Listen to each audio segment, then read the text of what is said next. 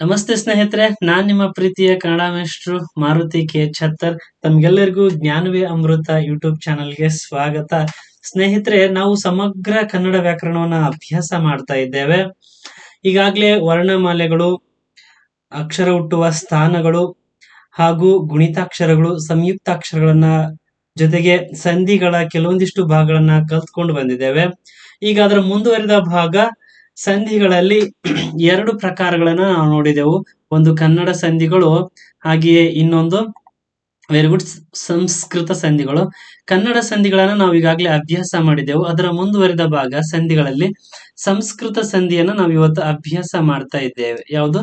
ಸಂಸ್ಕೃತ ಸಂಧಿಗಳು. ಕನ್ನಡ ಸಂಧಿ ಅಂದಾಗ ನಿಮ್ಗೇನ್ ಗೊತ್ತಾಯ್ತು? ಅಲ್ಲಿ ಕೇವಲ ಕನ್ನಡ ಪದಗಳು ಸೇರಿ ಸಂಧಿ ಆಗ್ತವೆ. ಒಂದು ಕನ್ನಡ ಪದ ಇನ್ನೊಂದು ಕನ್ನಡ ಪದ ಸೇರಿ ಸಂಧಿ ಆಗ್ತದೆ, ಅಥವಾ ಕನ್ನಡಕ್ಕೆ ಒಂದು ಯಾವ್ದಾದ್ರು ಸಂಸ್ಕೃತ ಪದ ಅಥವಾ ಸಂಸ್ಕೃತ ಪದ ಕೂಡಿಸು ಕನ್ನಡ ಪದ ಸೇರಿ ಸಂಧಿ ಆಗ್ತದೆ. ಇಲ್ಲಿ ವ್ಯತ್ಯಾಸ ಇರ್ತದೆ ಸಂಸ್ಕೃತ ಸಂಧಿಯಲ್ಲಿ. ತದ್ವಿರುದ್ಧ ಹೇಗೆ ನೋಡಿ, ಸಂಸ್ಕೃತ ಸಂಧಿಗಳಾಗಬೇಕು ಅಂದ್ರೆ ಕೇವಲ ಸಂಸ್ಕೃತ ಪದಗಳು ಸೇರಿಯೇ ಸಂಧಿ ಕಾರ್ಯ ನಡೆಯುವಂಥದ್ದು. ಒಂದೆರಡು ವಾಕ್ಯಗಳನ್ನ ತೆಗೆದುಕೊಂಡು ಬಂದಿದ್ದೇನೆ ನಿಮ್ ಮುಂದೆ. ನೋಡಿ, ಇಲ್ಲಿ ರಾಮಾಯಣ ಎನ್ನುವುದು ಮಹೋನ್ನತ ಗ್ರಂಥ. ರಾಮಾಯಣ ಮಹೋನ್ನತ ಗ್ರಂಥ. ಹಾಗೆಯೇ ಸೂರ್ಯೋದಯದ ದೃಶ್ಯ ಅತ್ಯಂತ ಮನೋಹರವಾಗಿದೆ. ಇಲ್ಲಿ ನೋಡಿ, ರಾಮಾಯಣ ಮಹೋನ್ನತ ಗ್ರಂಥ, ಸೂರ್ಯೋದಯ ದೃಶ್ಯ ಅತ್ಯಂತ ಮನೋಹರ. ಈ ಎಲ್ಲ ಪದಗಳು, ಅಡಿಗೆರೆ ಹಾಕಿರುವಂತಹ ಎಲ್ಲ ಪದಗಳು ಸಂಸ್ಕೃತದಿಂದ ಬಂದಿರುವಂತಹ ಪದಗಳು. ಎಲ್ಲಿಂದ? ಸಂಸ್ಕೃತದಿಂದ ಬಂದಿರುವಂತಹ ಪದಗಳಾಗಿದ್ದಾವೆ. ಹಾಗಾಗಿ ಈ ಪದಗಳ ಮೇಲೆ ಸಂಧಿ ಕಾರ್ಯ ನಡಿಬೇಕಾದಾಗ ಎರಡೂ ಪದಗಳು ಏನಾಗಿರ್ತವೆ?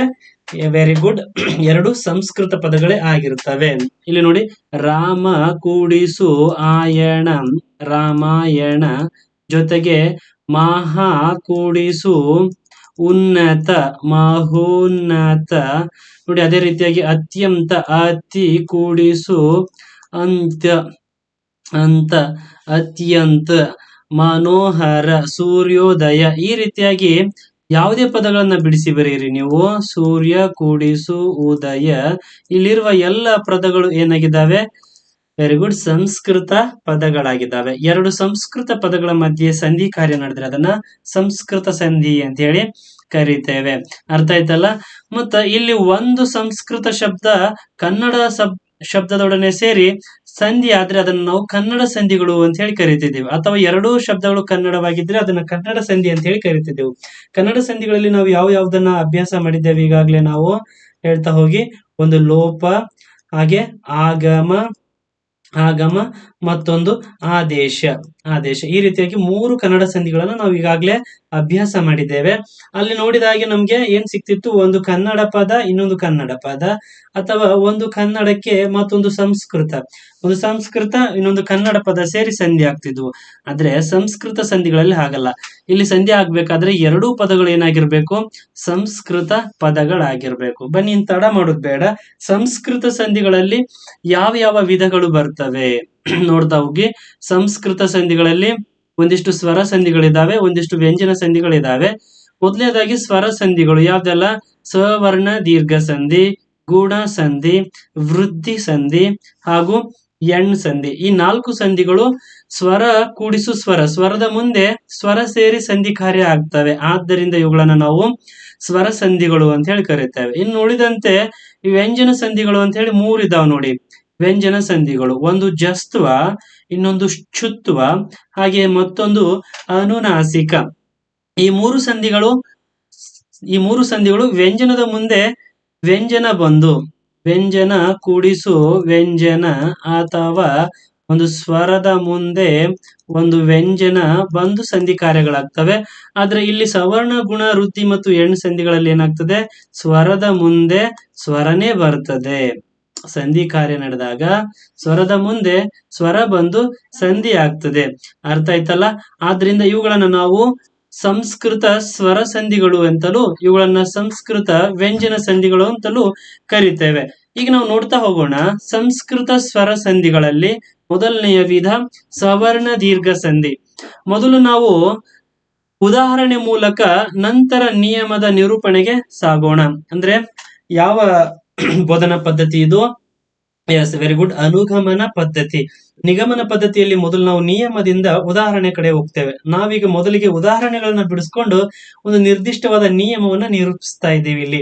ಆದ್ರಿಂದ ಟೀಚರ್ ಆಗುವವರಿಗೆ ಮತ್ತು ಆದವರಿಗೆ ಇದು ನೆನಪಿರಬೇಕು. ಮೊದಲು ಉದಾಹರಣೆಗಳನ್ನ ತೆಗೆದುಕೊಂಡು ನಂತರ ನಾವು ಒಂದು ನಿರ್ದಿಷ್ಟ ನಿಯಮವನ್ನ ಕಂಡುಹಿಡಿದುಕೊಂಡ್ರೆ ಅದನ್ನ ಯಾವ ಬೋಧನಾ ಪದ್ಧತಿ ಅಂತ ಕರಿತೀವಿ? ಅನುಗಮನ ಬೋಧನಾ ಪದ್ಧತಿ ಅಂತ ಹೇಳಿ ಕರಿತೇವೆ. ಇಲ್ಲಿ ನೋಡ್ತಾ ಹೋಗಿ ದೇವಾಸುರ ಎನ್ನುವಂತಹ ಪದ ಇದೆ. ಯಾವುದು? ದೇವಾಸುರ. ಬಿಡಿಸಿ ಬರೀರಿ. ದೇವ ಕೂಡಿಸು ಅಸುರ, ದೇವ ಕೂಡಿಸು ಅಸುರ, ದೇವಾಸುರ. ಹಾಗೆಯೇ ವಿದ್ಯಾಭ್ಯಾಸ, ವಿದ್ಯಾ ಕೂಡಿಸು ಅಭ್ಯಾಸ, ವಿದ್ಯಾಭ್ಯಾಸ. ಹಾಗೆಯೇ ಇನ್ನೊಂದುಂಟು ರಾಮಾಯಣ, ರಾಮ ಕೂಡಿಸು ಆಯಣ, ಆಯಣ, ರಾಮಾಯಣ. ಹಾಗೆಯೇ ರವೀಂದ್ರ, ರವಿ ಕೂಡಿಸು ಇಂದ್ರ, ರವೀಂದ್ರ. ನಂತರ ಹರೀಶ್ವರ, ಹರಿ ಕೂಡಿಸು ಈಶ್ವರ, ಹರೀಶ್ವರ. ನಂತರ ಗುರುಪದೇಶ, ಗುರು ಕೂಡಿಸು ಉಪದೇಶ, ಗುರುಪದೇಶ, ಗುರುಪದೇಶ. ಸ್ನೇಹಿತರೆ, ಇಲ್ಲಿ ಕೆಲವೊಂದಿಷ್ಟು ಸಂಧಿ ಪದಗಳನ್ನ ಬಿಡಿಸಿ ಬರೆದಾಗ ನಾವು ನೋಡುವಂತಹ ನಿಯಮ ಏನ್ ನೋಡಿ, ಸ್ವರದ ಮುಂದೆ ಸ್ವರ ಬಂದಿದೆ, ಇದನ್ನ ನಾವು ಪೂರ್ವ ಪದ ಅಂತ ಕರಿತೇವೆ. ಈ ಭಾಗವನ್ನ ಉತ್ತರ ಪದ ಅಂತ ಹೇಳಿ ಕರಿತೇವೆ. ಇಲ್ಲಿ ಅ ಎನ್ನುವ ಸ್ವರಕ್ಕೆ ಅ ಎನ್ನುವ ಸ್ವರ ಎದುರಾಗಿದೆ. ಅರ್ಥ ಆಯ್ತಲ್ಲ ಸ್ನೇಹಿತರೆ? ಇಲ್ಲಿ ಅ ಎನ್ನುವ ಸ್ವರಕ್ಕೆ ಅ ಎನ್ನುವ ಸ್ವರ ಎದುರಾಗಿದೆ. ಅದೇ ರೀತಿಯಾಗಿ ವಿದ್ಯಾ ನೋಡಿ, ಇಲ್ಲಿ ಆ ಎನ್ನುವ ಸ್ವರಕ್ಕೆ ಅ ಎನ್ನುವ ಸ್ವರ ಎದುರಾಗಿದೆ. ಅ ಕೂಡಿಸು ಅ, ಅ ಕೂಡಿಸು ಆ, ಈ ಕೂಡಿಸು ಈ, ನಂತರ ಈ ಕೂಡಿಸು ಈ, ಉ ಕೂಡಿಸು ಉ.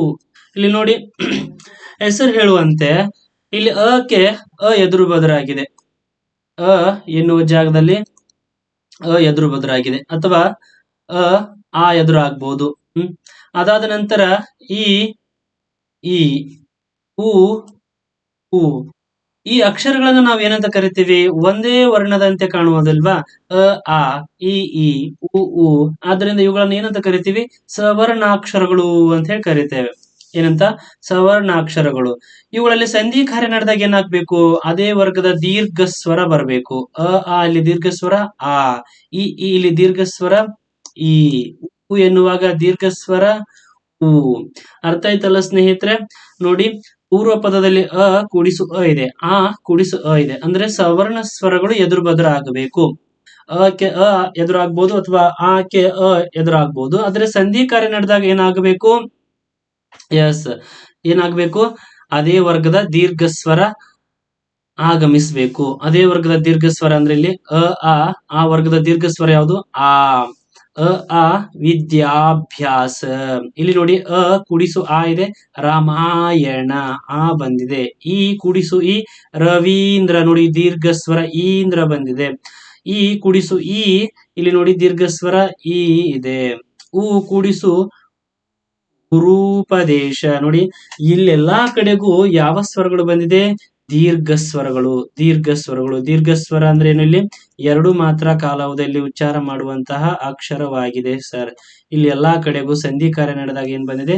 ದೀರ್ಘ ಸ್ವರ. ನೋಡಿ, ಇಲ್ಲಿ ಏನ್ ಹೇಳ್ತದೆ? ಸವರ್ಣ ಅಂದ್ರೆ ಒಂದೇ ವರ್ಗದ ವರ್ಣಗಳು ಎದುರು ಬದರಾಗಬೇಕು.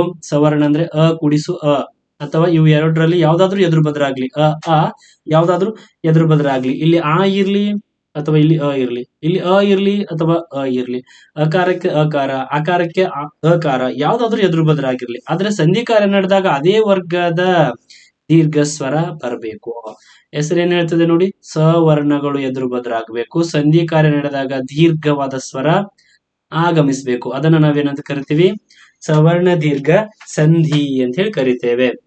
ಅ ಕೂಡಿಸುವ ಆ ಕೂಡಿಸುವ ಆ, ಅ ಕೂಡಿಸು ಆ. ನೋಡಿ, ದೀರ್ಘ ಸ್ವರಗಳು ಆ ಈ ರೀತಿಯಾಗಿ ದೀರ್ಘ ಸ್ವರಗಳು ಆಗಮಿಸಿದ್ರೆ ಅವುಗಳನ್ನ ನಾವೇನಂತ ಕರಿತೀವಿ? ಸವರ್ಣ ದೀರ್ಘ ಸ್ವರಗಳು.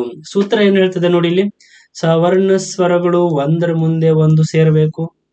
ಇಲ್ಲೊಂದಿಷ್ಟು ಪದಗಳನ್ನ ಸೇರಿಸಿ ನೋಡೋಣವಾ?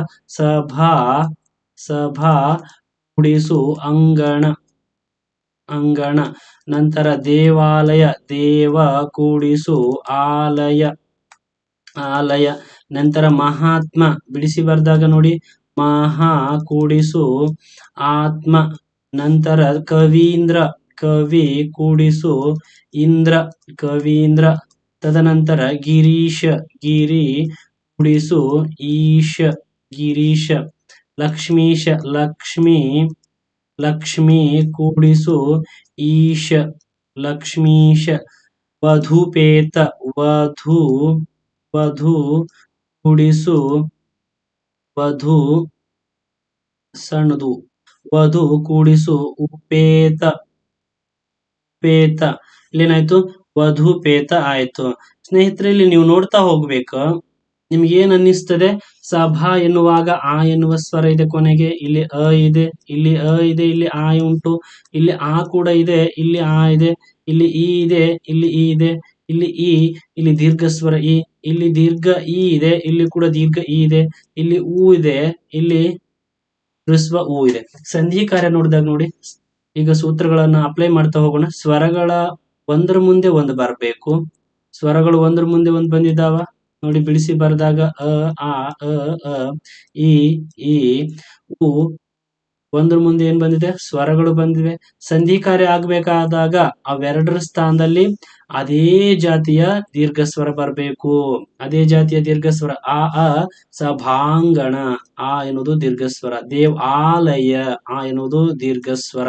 ಕವೀಂದ್ರ, ಈ ಎನ್ನುವುದು ದೀರ್ಘ ಸ್ವರ. ಲಕ್ಷ್ಮೀಶ, ಈ ಎನ್ನುವುದು ದೀರ್ಘ ಸ್ವರ. ವಧೂಪೇತ ನೋಡಿ, ಊ ಎನ್ನುವುದು ದೀರ್ಘ ಸ್ವರ. ಆದ್ರಿಂದ ಇದನ್ನ ನಾವು ಯಾವ ಸಂಧಿ ಅಂತ ಹೇಳಿ ಕರಿತೀವಪ್ಪ? ವೆರಿ ಗುಡ್, ಸವರ್ಣ ದೀರ್ಘ ಸಂಧಿ. ಒಮ್ಮೆ ನೋಡ್ತಾ ಹೋಗಿ, ಸವರ್ಣ ದೀರ್ಘ ಸಂಧಿ ಅಂದ್ರೆ ಏನು? ಹಾಗಾದ್ರೆ ಸವರ್ಣಾಕ್ಷರಗಳು ಎದುರು ಬದಲಾಗಬೇಕು. ಸವರ್ಣಾಕ್ಷರಗಳು ಅಂದ್ರೆ ಯಾವ್ಯಾವಪ್ಪ? ಅ, ಆ, ಇ, ಈ. ಸವರ್ಣಾಕ್ಷರಗಳು ಎದುರು ಬದಲಾಗಬೇಕು. ಇಲ್ಲಿ ಅ ಇದೆ ಸರ್, ಇಲ್ಲಿ ಈ ಇನ್ನೊಂದು ಎದುರು ಬದಲಾಗಬಾರ್ದ? ಇಲ್ಲ. ಸವರ್ಣ ಅಂದ್ರೆ ಒಂದೇ ಜಾತಿಯ ವರ್ಣಗಳು. ಅ, ಆ ಎರಡು ಒಂದೇ ಜಾತಿ, ಈ ಎರಡು ಒಂದೇ ಜಾತಿ, ಉ ಎರಡು ಒಂದೇ ಜಾತಿ. ನಮ್ಮ ಕನ್ನಡದ ಸ್ವರಗಳಲ್ಲಿ ಸವರ್ಣ ಅಕ್ಷರಗಳು ಇರುವುದೇ 6, ಅಂದ್ರೆ 3 ಜೊತೆಯ ಅಕ್ಷರಗಳು. ಎಷ್ಟು? 3 ಜೊತೆ ಅಕ್ಷರಗಳು. ಇವುಗಳನ್ನ ಸವರ್ಣಾಕ್ಷರಗಳು ಅಂತ ಹೇಳಿ ಕರಿತೇವೆ, ಒಂದೇ ವರ್ಣಕ್ಕೆ. ಅರ್ಥ ಆಯ್ತಾ? ಅ, ಆ, ಈ, ಉ ಇವು ಎದುರು ಬದಲಾಗದಾಗ ಇದೇ ವರ್ಗದ ದೀರ್ಘ ಸ್ವರ ಏನಾಗಬೇಕು? ಆಗಮ ಆಗಬೇಕು. ಅ, ಆ ಇದ್ದಾಗ ಆ ಬಂದಿದೆ, ಆ ಸಂಧಿ ಕಾರ್ಯ ನೋಡಿದಾಗ ಎಲ್ಲಾ ಕಡೆನೂ ದೀರ್ಘ ಸ್ವರ ಇದೆ. ಅರ್ಥ ಆಯ್ತಾ? ಆದ್ರೆ ಬಿಡಿಸಿ ಬರೆದಾಗ ಸವರ್ಣಾಕ್ಷರಗಳು ಎದುರು ಬದಲಾಗಬೇಕು. ಈ ರೀತಿಯಾಗಿ ಸಂಧಿ ಕಾರ್ಯ ನಡೆದ್ರೆ ಅದನ್ನ ನಾವೇನಂತ ಕರಿತೀವಿ? ವೆರಿ ಗುಡ್, ಸವರ್ಣ ದೀರ್ಘ ಸಂಧಿ. ಇಲ್ಲಿ ಇನ್ನೊಂದು ಸಂಧಿಗೆ ಹೋಗೋಣ. ಈಗ ಸವರ್ಣ ದೀರ್ಘ ಸಂಧಿ ನಿಮ್ಗೆ ಅರ್ಥ ಆಯ್ತು ಅಂತ ಹೇಳಿ ಭಾವಿಸ್ತೇನೆ. ಈಗ ಮತ್ತೊಂದಿಷ್ಟು ಪದಗಳಿದಾವೆ, ಇವುಗಳನ್ನ ಬಿಡಿಸ್ತಾ ಹೋಗೋಣಂತ. ದೇವ ಕೂಡಿಸು ಇಂದ್ರ, ಏನಾಯ್ತು? ದೇವೇಂದ್ರ. ಸುರೇಶ, ಸುರ ಕೂಡಿಸು ಈಶ, ಸುರೇಶ. ಸೂರ್ಯೋದಯ, ಸೂರ್ಯೋದಯ. ಸೂರ್ಯ ಬಿಡಿಸಿ ಬರೆದಾಗ ಸೂರ್ಯ ಕೂಡಿಸು ಉದಯ. ಅದಾದ ನಂತರ ಏಕೋನ, ಏಕೋನ. ಏಕ ಕೂಡಿಸು ಓನ, ಓನ ನೋಡಿ, ಏಕೋನ. ಅದಾದ ನಂತರ ಮಹರ್ಷಿ, ಮಹರ್ಷಿ. ಮಹಾ ಕೂಡಿಸು ಋಷಿ, ಋಷಿ. ಇಲ್ಲಿ ಬರುವಂತಹ ಸಾಧಾರಣ ನಿಯಮ ಏನು? ಬನ್ನಿ, ನಿಯಮವನ್ನ ನಾವೀಗ ನಿರೂಪಿಸ್ತಾ ಹೋಗೋಣ. ನಿಯಮ ನಿರೂಪಿಸ್ತಾ ಹೋಗೋಣ. ಯಾವ ರೀತಿಯಾಗಿ? ದೇವ ಅನ್ನೋದ್ರಲ್ಲಿ ಏನಿದೆ? ಅ ಎನ್ನುವ ಸ್ವರ ಬಂದಿದೆ. ಇಲ್ಲಿ ಏನಿದೆ? ಈ ಎನ್ನುವ ಸ್ವರ ಇದೆ. ಆದ್ರಿಂದ ಇಲ್ಲಿ ಸಾಮಾನ್ಯ ನಿಯಮ ಏನು? ಸ್ವರದ ಮುಂದೆ ಸ್ವರ ಬಂದಿದೆ, ಸ್ವರದ ಮುಂದೆ ಸ್ವರ ಬಂದಿದೆ. ಸೂರ್ಯ, ಅ ಎನ್ನುವ ಸ್ವರ ಇದೆ. ಏಕ, ಅ ಎನ್ನುವ ಸ್ವರ ಇದೆ. ಇಲ್ಲಿ ಮಹಾ, ಆ ಎನ್ನುವ ಸ್ವರ ಇದೆ. ಹಾಗಾದ್ರೆ ಪೂರ್ವ ಪದದ ಕೊನೆಯಲ್ಲಿ ಏನಿದೆ ಅಂದಂಗಾಯ್ತು? ಪೂರ್ವ ಪದದಲ್ಲಿ ಏನಿದೆ? ಅ ಅಥವಾ ಆ ಎನ್ನುವ ಸ್ವರ ಇದೆ. ಅ ಅಥವಾ ಆ ಎನ್ನುವ ಸ್ವರ ಇದೆ. ಈ ಕಡೆ ಉತ್ತರ ಪದದಲ್ಲಿ ಏನಿದೆ? ಉತ್ತರ ಪದದಲ್ಲಿ ಏನಿದೆ? ಉತ್ತರ ಪದದಲ್ಲಿ ಈ ಉ ಇದೆ, ಈ ಇದೆ ನೋಡಿ. ಈ ಅಥವಾ ಈ ಬಂದಾಗ ಸಂಧಿ ಕಾರ್ಯ ನಡೆದಾಗ ಇಲ್ಲಿ ಏನಾಗಿದೆ? ದೇವೇಂದ್ರ ನೋಡಿ, ದೀರ್ಘ ಸ್ವರ ಏಕಾರ ಬಂದಿದೆ, ಏಕಾರ ನೋಡಿ. ಸುರೇಶ ಏಕಾರ. ಹಾಗಾದ್ರೆ ಏಕಾರ ಯಾವಾಗ ಬಂತು? ಪೂರ್ವ ಪದದ ಕೊನೆಯಲ್ಲಿ ಅ ಅಥವಾ ಆ ಇದ್ದೇ ಇರ್ತದೆ, ಅದು ಸಾಮಾನ್ಯ ನಿಯಮ. ಉತ್ತರ ಪದದ ಆರಂಭದಲ್ಲಿ ಇ ಅಥವಾ ಇ ಇದ್ದಾಗ, ಒಂದು ಸಣ್ಣ ಇ ಅಥವಾ ದೊಡ್ಡ ಇ ಯಾವ್ದಾದ್ರು ಇ ಇದ್ದಾಗ ಸಂಧಿ ಕಾರ್ಯ ನಡೆದಾಗ ಏನ್ ಬರ್ಬೇಕು? ಏಕಾರ ಬಂದಿದೆ. ಅದೇ ರೀತಿಯಾಗಿ ಸೂರ್ಯ ಉದಯ ನೋಡಿ, ಉದಯ ಇಲ್ಲಿ ಉತ್ತರ ಪದದ ಆರಂಭದಲ್ಲಿ ಉ ಇದೆ, ಉ ಅಥವಾ ಉ ಬರ್ಬೇಕು. ಸಂಧಿ ಕಾರ್ಯ ನಡೆದಾಗ ಏನಾಗಿದೆ? ಉದಯ ಆಗಿದೆ. ಉದಯ ಅಂದ್ರೆ ಸೂರ್ಯೋದಯ ಕಾರ ಬಂದಿದೆ. ಇನ್ನೊಂದು ನೋಡಿ ಇನ್ನೊಂದು ನೋಡಿ, ಮಹರ್ಷಿ, ಮಹಾ ಕೂಡಿಸು ಋಷಿ, ಅ ಅಥವಾ ಆ ಇರಬೇಕು ಅಂತ ಹೇಳಿದೆ ಪೂರ್ವ ಪದದ ಕೊನೆಯಲ್ಲಿ. ಹಾಗೆ ಇದೆಯಾ? Yes, very good. ಇಲ್ಲಿ ರು ಇದೆ, ಮಹರ್ಷಿ ರು ಇದೆ. ಸಂಧಿ ಕಾರ್ಯ ನಡೆದಾಗ ಏನಾಗಿದೆ? ಅರ್ಕಾರ ಬಂದಿದೆ. ಅರ್ಕಾರ, ಅರ್ಕಾರ ನೋಡಿ ಇಲ್ಲಿ ಅರ್ಕಾರ. ಅರ್ಕಾರ ಅಂದ್ರೆ ಇಲ್ಲಿ ಇಲ್ಲಿ ಕಾಣಿಸ್ತದೆಯಲ್ಲ ಕನ್ನಡದ ಅಂಕಿ 9. ಸರ್ ಮತ್ ಕೊನೆಗೆ ಬಂದಿದೆಯಲ್ಲ ಹಕಾರ ಆದ ನಂತರ ಬರ್ಬೇಕು? ಇಲ್ಲ, ನಾವು ಉಚ್ಚಾರಣೆ ಮಾಡ್ಬೇಕಾದಾಗ ಆ ಶಿಗಿಂತ ಮೊದಲು ಉಚ್ಚಾರಣೆ ಮಾಡ್ತೇವೆ. ಮಹರ್ ಅಂತ ಆದ ನಂತರ ಶಿ ಅಂತ ಹೇಳಿ ಉಚ್ಚಾರಣೆ ಮಾಡ್ತೇವೆ. ಅರ್ಥ ಆಯ್ತಲ್ಲ? ಏಕ ಕೂಡಿಸು ಊನ ಆಗ್ಬೇಕಿದು. ಇಲ್ಲಿ ಪೂರ್ವ ಪದದ ಕೊನೆಯಲ್ಲಿ ಅ ಅಥವಾ ಆ ಎನ್ನುವ ಸ್ವರಗಳಿರ್ತವೆ. ಸಂಧಿ ಕಾರ್ಯ ನಡೆದಾಗ ಅದರ ಎದುರುಗಡೆ ಇ ಇದ್ದಾಗ ಏಕಾರ, ಉ ಇದ್ದಾಗ ಉಕಾರ, ರು ಇದ್ದಾಗ ಅರ್ಕಾರ ಎನ್ನುವುದು ಆದೇಶವಾಗಿ ಬರುತ್ತದೆ. ಇದನ್ನು ನಾವು ಗುಣಸಂಧಿ ಅಂತ ಕರಿಬಹುದು. ಹೇಳ್ಬೋದು. ಹಾಗಾದ್ರೆ ಬನ್ನಿ ಸೂತ್ರ ನೋಡ್ಕೊಂಡು ಬರೋಣ. ಆ ಕಾರಗಳಿಗೆ ಈ ಕಾರಗಳು ಪರವಾದರೆ ಅವ್ರೇನ್ ಹೇಳ್ತಾ ಇದ್ದಾರೆ ಇಲ್ಲಿ? ಅ ಅಥವಾ ಆ ಎನ್ನುವ ಕಾರಗಳಿಗೆ ಅಥವಾ ಪೂರ್ವ ಪದದಲ್ಲಿ ಅ ಅಥವಾ ಆ ಕಾರಗಳಿದ್ದಾಗ ಉತ್ತರ ಪದದಲ್ಲಿ ಪರವಾಗುವುದಂದ್ರೆ ಎದುರಾಗುವುದು ಅಂತ ಅರ್ಥ. ಎದುರಾಗುವುದು, ಎದುರಾಗುವುದು ಅಂದ್ರೆ ಬಿಡಿಸಿ ಬರೆದಾಗ ಒಂದು ಭಾಗಕ್ಕೆ ಅದರ ವಿರುದ್ಧ ಭಾಗಕ್ಕೆ ಬರುವುದು ಅಂತ. ಈ ಕಾರಗಳು ಅ ಆ ಮುಂದೆ ಈ ಅಥವಾ ಈ ಕಾರಗಳು ಬಂದಾಗ ಅವೆರಡರ ಸ್ಥಾನದಲ್ಲಿ ಸಂಧಿ ಕಾರ್ಯ ನಡೆದಾಗ ಏನ್ ಬರ್ಬೇಕು? ಏ ಕಾರ ಬರ್ಬೇಕು. ಅದೇ ರೀತಿಯಾಗಿ ಅವುಗಳಿಗೆ ಉ ಕಾರ ಎದುರಾದಾಗ ಅಥವಾ ಕಾರ ಯಾವ್ದಾದ್ರು ಒಂದು ಬರ್ಲಿ, ಅವಾಗ ಸಂಧಿ ಕಾರ್ಯ ನಡೆದಾಗ ಅದ್ರ ಜಾಗದಲ್ಲಿ ಏನ್ ಬರ್ಬೇಕು? ಓಕಾರ. ಅದಾದ ನಂತರ ಆ ಕಾರಗಳಿಗೆ ರು ಅನ್ನೋದು ಎದುರಾದಾಗ, ರು ಅನ್ನೋದು ಎದುರಾದಾಗ ಸಂಧಿ ಕಾರ್ಯ ನಡೆದಾಗ ಅವುಗಳೆರಡರ ಸ್ಥಾನದಲ್ಲಿ ಅರ್ಕಾರ ಬರಬೇಕು. ಅರ್ಕಾರವನ್ನು ಬರೆಯುವುದು ಹೇಗೆ? ಕನ್ನಡದ ಅಂಕಿ 9. ಅರ್ಕಾರ, ಅರಕ್ಕೆ ಅಡಿವತ್ತು ಎರಡು ಇದ್ದಾವೆ. ಒಂದು ಈ ರೀತಿಯಾಗಿ, ಇನ್ನೊಂದು ಈ ರೀತಿಯಾಗಿ. ನೀವು ಸೂರ್ಯ ಎನ್ನುವುದನ್ನ ಹೀಗೂ ಬರಿಬಹುದು, ಹೀಗೂ ಬರಿಬಹುದು. ಸೂರ್ಯ. ಅರ್ಥ ಆಯ್ತಾ? ಆದ್ರೆ ನಾವು ಉಚ್ಚಾರಣೆ ಮಾಡ್ಬೇಕಾದಾಗ ಮೊದಲು ಏನ್ ಮಾಡ್ತೀವಿ? ರ ಅನ್ನೋದನ್ನ ಮೊದಲು ಉಚ್ಚಾರಣೆ ಮಾಡಿ ನಂತರ ನಂತರ ಉಚ್ಚಾರಣೆ ಮಾಡ್ತೇವೆ. ಅರ್ಥ ಆಯ್ತಲ್ಲ? ಬನ್ನಿ ಈಗ ಇದನ್ನ ಗುಣಸಂಧಿ ಅಂತ ಹೇಳಿ ಕರಿತೇವ. ಸರ್ ಇಲ್ಲೊಂದಿಷ್ಟು ಉದಾಹರಣೆಗಳಿದಾವ, ಬಿಡಿಸಿ ನೋಡಿ, ಅಪ್ಲೈ ಮಾಡಿ ನೋಡೋಣ. ಅನ್ವಯ ಆಗ್ತಾವ ಇವುಗಳಿಗೆ. ನರೇಂದ್ರ, ನರೇಂದ್ರ ಬಿಡಿಸಿ ಬರೆದಾಗ ನರ ಕೂಡಿಸು ಇಂದ್ರ, ನರೇಂದ್ರ ನೋಡಿ ಇಂದ್ರ, ನರೇಂದ್ರ. ಮತ್ತೆ ಪದಗಳನ್ನ ಸರ್ ಏಂದ್ರ ಅಂತ ಯಾಕೆ ನಾವು ಬಿಡಿಸಬಾರ್ದು? ಏಂದ್ರ ಅನ್ನೋದನ್ನ ಹೀಗೂ ಬಿಡಿಸ್ಬೋದಲ್ಲ? ಎಸ್, ವೆರಿ ಗುಡ್, ಒಳ್ಳೆ ಪ್ರಶ್ನೆ. ಆದ್ರೆ ಇದಕ್ಕೆ ಅರ್ಥ ಇಲ್ಲ. ಏಂದ್ರ ಅನ್ನೋದನ್ನ ಯಾವ ರೀತಿ ಅರ್ಥೈಸ್ತೀರಿ ನೀವು? ಅರ್ಥ ಆಯ್ತಾ? ಎರಡು ಪದಗಳನ್ನ ಬಿಡಿಸಿ ಬರೆದಾಗ ಒಂದು ಸಾಮಾನ್ಯ ಅರ್ಥ ಕೊಡುವಂತಿರ್ಬೇಕು. ಅರ್ಥ ಆಯ್ತಾ? ನರ ಕೂಡಿಸು ಇಂದ್ರ, ನರೇಂದ್ರ. ಸುರ ಕೂಡಿಸು ಇಂದ್ರ, ಸುರೇಂದ್ರ. ಅದೇ ರೀತಿಯಾಗಿ ಧರೆ ಕೂಡಿಸು ಇಂದ್ರ, ಅದನ್ನ ನಾವು ಧರ ಅನ್ನಬೇಕಾಗ್ತದೆ. ಧರ ಕೂಡಿಸು ಇಂದ್ರ, ಧರೇಂದ್ರ. ಮಹಾ ಕೂಡಿಸು ಈಶ್ವರ, ಈಶ್ವರ ಏನಾಯ್ತು? ಮಹೇಶ್ವರ. ಚಂದ್ರೋದಯ, ಚಂದ್ರ ಕೂಡಿಸು ಉದಯ, ಚಂದ್ರೋದಯ, ಚಂದ್ರೋದಯ. ದೇವರ್ಷಿ, ದೇವ ಕೂಡಿಸು ಋಷಿ, ದೇವರ್ಷಿ, ದೇವರ್ಷಿ. ಈಗ ಸಂಧಿಯ ಸಾಮಾನ್ಯ ನಿಯಮಕ್ಕೆ ಅಪ್ಲೈ ಆಗ್ತದ ನೋಡ್ತಾ ಬನ್ನಿ. ಏನದು ಸಾಮಾನ್ಯ ನಿಯಮ? ಇಲ್ಲಿ ಪೂರ್ವ ಪದದ ಕೊನೆಯಲ್ಲಿ ಅ ಅಥವಾ ಆ ಇರ್ಬೇಕು. ಇದೆಯಾ? ಇಲ್ಲಿ ಅ ಇದೆ, ಅ ಇದೆ, ಆ ಇದೆ, ಇದೆಯಾ? ಅ ಇದೆ, ಅ ಇದೆ. ಅರ್ಥ ಆಯ್ತಾ? ಅ ಅಥವಾ ಆ ಇದೆ, ಇದೆಯಾ? ಎಸ್, ಪೂರ್ವ ಪದದ ಕೊನೆಯಲ್ಲಿ ಇದೆ ಸರ್. ಇನ್ನು ಉತ್ತರ ಪದದಲ್ಲಿ ನೋಡಿ, ಉತ್ತರ ಪದದಲ್ಲಿ ಈ ಇದೆ. ಈ ಬಂದಾಗ ಅಲ್ಲಿ ಸಂಧಿ ಕಾರ್ಯ ನಡೆದಾಗ ಏನಾಗ್ಬೇಕು? ನರೇಂದ್ರ ನೋಡಿ, ಏ ಕಾರ ಬಂದಿದ್ಯಾ? ಎಸ್ ಸರ್, ಬಂದಿದೆ.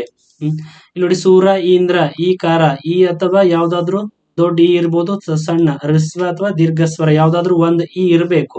ಆದ್ರೆ ಸಂಧಿ ಕಾರ್ಯ ನಡೆದಾಗ ಈ ಜಾಗದಲ್ಲಿ ಏಂದ್ರ ನೋಡಿ. ಸೂರ ಹೊರಗಡೆ ತಕೊಂಡಾಗ, ಸುರ ಎನ್ನುವುದನ್ನು ಹೊರಗಡೆ ತಕೊಂಡಾಗ ಏ ಕಾರ ಬಂದಿದೆ, ಏಂದ್ರ. ಸುರೇಂದ್ರ ಅರ್ಥ ಆಯ್ತಲ್ಲ. ಧರ ಏಂದ್ರ ಧರೇಂದ್ರ ಯಾವಾಗ ಈ ಕಾರ ಇದ್ದಾಗ. ಮಹೇಶ್ವರ ಯಾವಾಗ ಈ ಕಾರ ಇದ್ದಾಗ. ನೋಡಿ ಈ ಅಥವಾ ಈ ಇರಬೇಕು ಉತ್ತರ ಪದದ ಆರಂಭದಲ್ಲಿ. ಸಂಧಿ ಕಾರ್ಯ ನಡೆದಾಗ ಏ ಕಾರ ಬರಬೇಕು.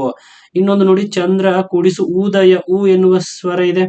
ಉ ಅಥವಾ ಕಾರ ಇದ್ದಾಗ ಯಾವ್ದಾದ್ರು ಇರ್ಲಿ, ಸಣ್ಣ ಹೂ ಇರ್ಲಿ ದೊಡ್ಡ ಹೂ ಆದ್ರೂ ಇರ್ಲಿ, ಹ್ರಸ್ವ ಹೂ ಅಥವಾ ದೀರ್ಘ ಹೂ ಇರ್ಲಿ, ಸಂಧಿ ಕಾರ್ಯ ನಡೆದಾಗ ಏನಾಗಿದೆ, ಉದಯ ಚಂದ್ರೋದಯ ಅನ್ನೋದು ಓ ಎನ್ನುವ ಕಾರ ಆದೇಶವಾಗಿ ಬಂದಿದೆ.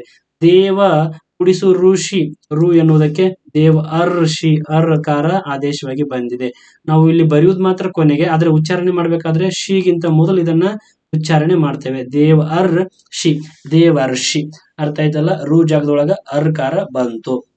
ಹಾಗಾದ್ರೆ ಇದನ್ನ ಏನಂತ ಕರಿಬಹುದು, ಗುಣಸಂಧಿ ಅಂತ ಹೇಳಿ ಕರಿಬಹುದು. ಗುಣಸಂಧಿ ಅಂದ್ರೆ ಅರ್ಥ ಆಯ್ತಲ್ಲ. Yes, very good. ಇನ್ನೊಂದು ಯಾವ್ದು ಹಾಗಾದ್ರೆ, ವೃದ್ಧಿ ಸಂಧಿ. ಯಾವುದು, ವೃದ್ಧಿ ಸಂಧಿ. ವೃದ್ಧಿ ಸಂಧಿ ಅಂದ್ರೆ ಏನು, ಇಲ್ಲಿ ವೃದ್ಧಾಕ್ಷರಗಳು ಬರ್ತವೆ.